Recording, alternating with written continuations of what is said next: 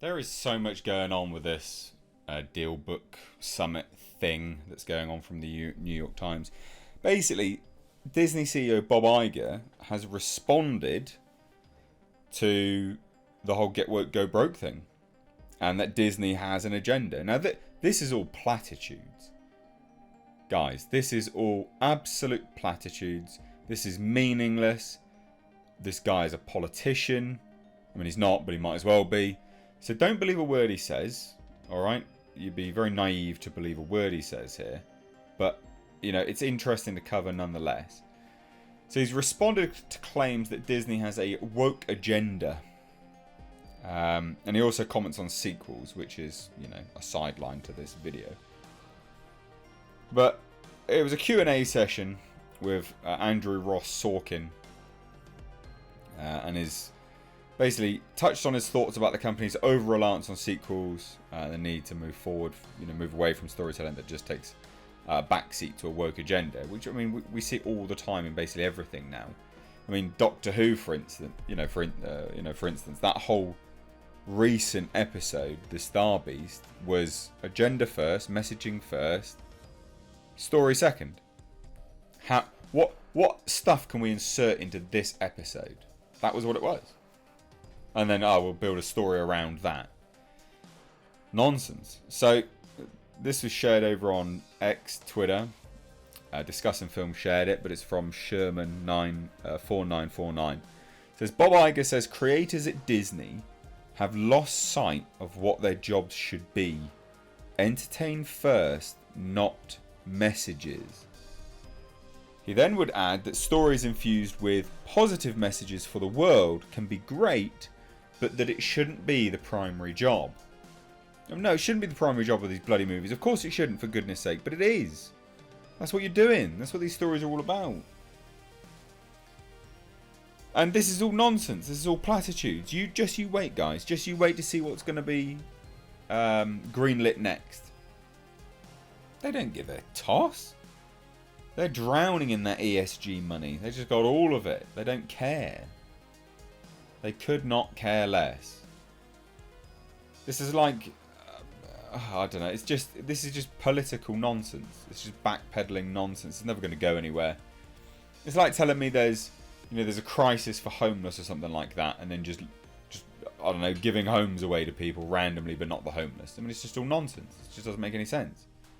Anyway, bad analogy, but the point stands. Just as all platitudes and total bollocks. But he also says it got worse. When he left as CEO chairman. No, it didn't, mate. It was pretty bad when you were there anyway. What are you talking about, you knob? Not only that, you got to remember, guys, a lot of these things are like 3, 4, 5 years in the pipeline. So what's he trying to say? It got worse. Yeah, it got worse because we saw some of your stuff that you allowed to be greenlit. And also, what are you talking about? We've all watched Lucasfilm. We've all watched the Star Wars sequel trilogy. Are you high or something, Bobby boy? We've seen this stuff. We're not blind. It didn't get worse. Anyway. And then he comments on this too many sequels, basically, which is now takes us over to this Deadline article. He says, I don't want to apologise for making sequels. Alright. So what is it then? He says, I think I don't want to apologise for making sequels. Some of them have done extraordinarily well, and they've been good films too. I think there has to be a reason to make it. Oh no. Beyond Commerce? No, really? I hate you, Bob. You're an idiot. You have to have a good story, and we have made too many. That doesn't mean we're not going to continue to make them. Sorry, what? What? What? So he continued further anyway. So later in the interview, a letter was written to shareholders from Walt Disney in 1966, and it said this. I'm a born experimenter. To this day, I don't believe in sequels. I can't follow popular cycles. I have to move on to new things. There are many new worlds to conquer. As a matter of fact, people have been asking us to make sequels ever since Mickey Mouse first became a star. Right now, we're not thinking about making another Mary Poppins. We never will. Sure. Perhaps there'll be other ventures with equal critical and financial success, but we know we cannot hit a home run with a bases loaded every time we go into play. We also know the only way we can even get to first base is by constantly going back and continuing to swing. Iger said he sometimes wanders into Walt's office, which has been preserved as it was. I go into his office just to sort of feel the presence. I know that sounds a little weird, but it's kind of a nice way to relax and appreciate the legacy of the company that you keep fucking over. And the first thing you really realise when you study Walt is that Walt was unbelievable at adapting to change. Yeah, and you're not.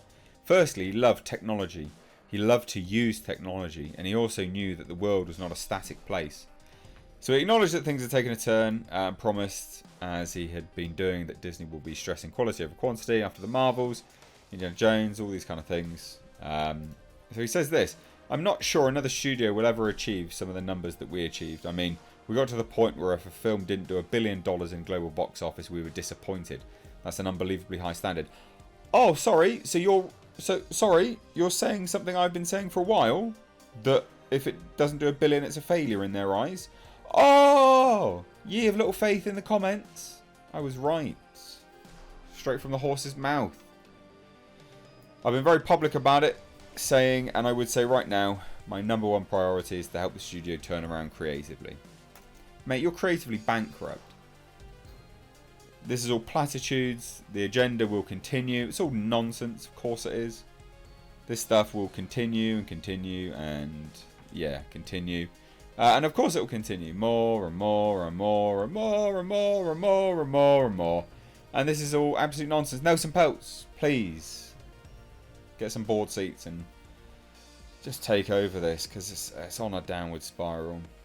Again, don't get me wrong, he's saying all the right things, but we know it's nonsense. We know it's total nonsense. Especially the commentary about woke agenda getting worse. Getting worse when he left. No, it didn't. That completely denounces what we all have seen and experienced with our own eyes. I mean, I had to watch the fucking Rise of Skywalker, for goodness sake. What are you talking about? God, this person. Anyway, I'd love to hear your thoughts, so drop them down below. Cheers, guys. Take care. Bye-bye now.